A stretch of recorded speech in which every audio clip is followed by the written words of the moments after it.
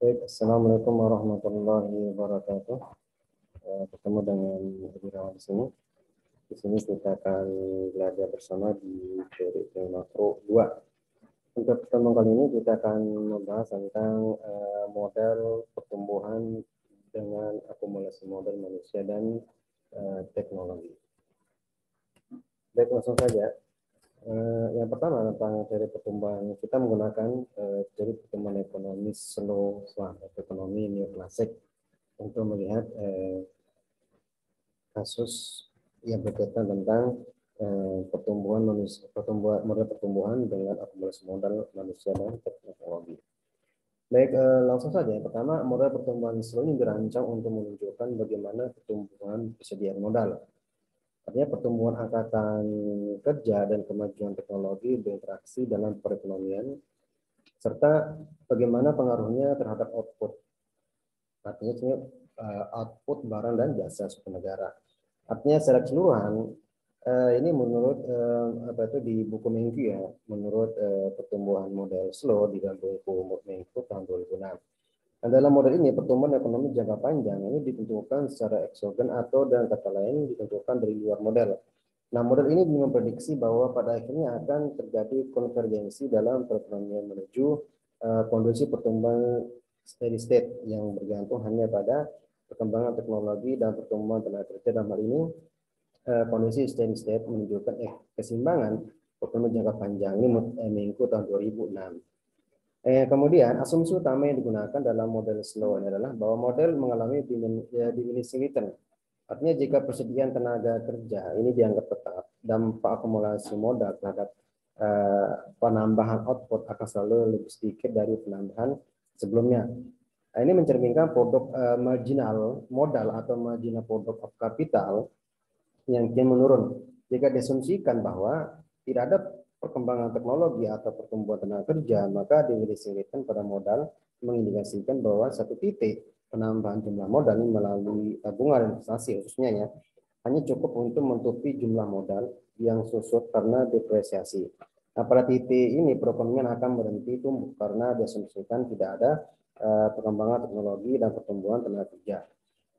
Ini ini menurut di bukunya Menkyu ya, menurut dari buku model slow di bukunya Menkyu tahun 2006. Nah, kemudian menurut Arsat tahun 2004 dalam teori slow ini menggunakan core atau capital output ratio memiliki sifat yang dinamis, artinya dalam menghasilkan tingkat output tertentu dibutuhkan kombinasi yang seimbang antara kapital dan tenaga kerja. Jika penggunaan kapital tinggi, maka penggunaan tenaga kerja akan rendah. Nah, sebaliknya jika penggunaan kapital rendah, maka penggunaan tenaga kerja akan tinggi. Nah, pokok pemikiran lain adalah dalam fungsi produksi hanya ada teknologi terargumentasi pada faktor-faktor produksi seperti kapital dan tenaga kerja ya. Nah, menurut Slow, ini pertumbuhan ekonomi ini bergantung pada pertumbuhan kesediaan faktor produksi penduduk seperti populasi ya, kemudian tenaga kerja dan akumulasi modal, serta tingkat kemajuan teknologi. Ini ada di punya Arsat akan 99. Nah, menurut teori slow ratio modal output atau core ini bersifat dinamis untuk menciptakan output tertentu. Nah, model slow tidak jauh berbeda dengan model top 12.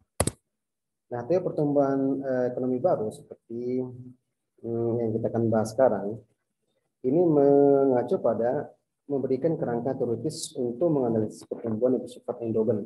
Artinya pertumbuhan ekonomi merupakan hasil dari dalam sistem ekonomi. Ini menurut kelompok dalam Todaro tahun 2006. Ya, teori menganggap bahwa pertumbuhan ekonomi lebih ditentukan oleh sistem produksi bukan berasal dari luar sistem.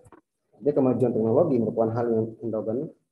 Pertumbuhan merupakan bagian dari keputusan pelaku ekonomi untuk berinvestasi dalam pengetahuan. Kemudian peran modal lebih besar dari sekedar bagian dari pendapatan apabila modal yang tumbuh bukan hanya fisik saja tapi menyangkut modal manusia. Nah, akumulasi modal ini merupakan sumber utama pertumbuhan ekonomi. Nah, definisi modal ini diperluas dengan memasukkan modal ilmu, pengetahuan, dan modal sumber daya manusia. Kemudian perubahan teknologi bukan sesuatu yang berasal dari luar model atau kesogan, tapi teknologi merupakan bagian dari proses pertumbuhan ekonomi. Nah, dalam teori pertumbuhan endogen, peran investasi dalam modal fisik dan modal manusia turut menentukan pertumbuhan ekonomi jangka panjang. Nah, menurut Menkyu, suatu negara yang memberikan perhatian lebih kepada pendidikan terhadap masyarakat akan menghasilkan pertumbuhan ekonomi lebih baik daripada manusia yang tidak melakukan, dengan kata lain. Artinya investasi terhadap sumber daya manusia melalui kemajuan pendidikan yang akan menghasilkan pendapatan nasional atau pertumbuhan ekonomi yang lebih tinggi. Nah, jadi menurut Minggu lagi sekali lah, dengan adanya pendidikan lebih tinggi terhadap masyarakat, ini akan menghasilkan pertumbuhan ekonomi lebih daripada negara yang tidak melakukannya. Inilah merupakan adalah teori pertumbuhan ekonomi, ya, teori ekonomi baru atau new growth theory, yang dimana sini menitik memberatkan pada modal, artinya modal sumber daya manusia dalam pertumbuhan ekonomi. Baik, itu penjelasan dari saya, semoga bisa dipahami. Dan kalau ada pertanyaan silakan tanya di via grup saya. Untuk kali ini ucapan Assalamualaikum warahmatullahi wabarakatuh.